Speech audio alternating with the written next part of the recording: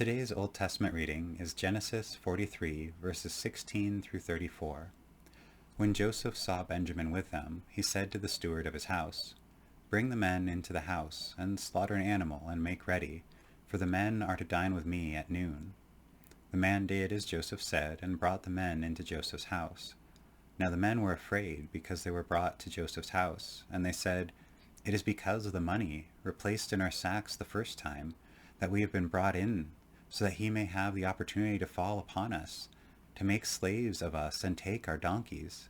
So they went up to the steward of Joseph's house and spoke with him at the entrance to the house.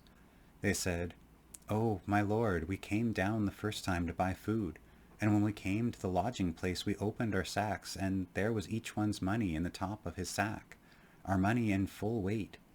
So we have brought it back with us. Moreover, we have brought down with us additional money to buy food. We do not know who put our money in our sacks." He replied, "Rest assured, do not be afraid. Your God and the God of your father must have put treasure in your sacks for you. I received your money." Then he brought Simeon out to them. When the steward had brought the men into Joseph's house and given them water, and they had washed their feet, and when they had given their donkeys fodder, they made the present ready for Joseph, coming at noon, for they had heard that they would dine there. When Joseph came home, they brought him the present that they had carried into the house, and bowed to the ground before him. He inquired about their welfare, and said, "Is your father well, the old man whom you spoke? Is he still alive?" They said, "Your servant, our father, is well. He is still alive." And they bowed their heads and did obeisance.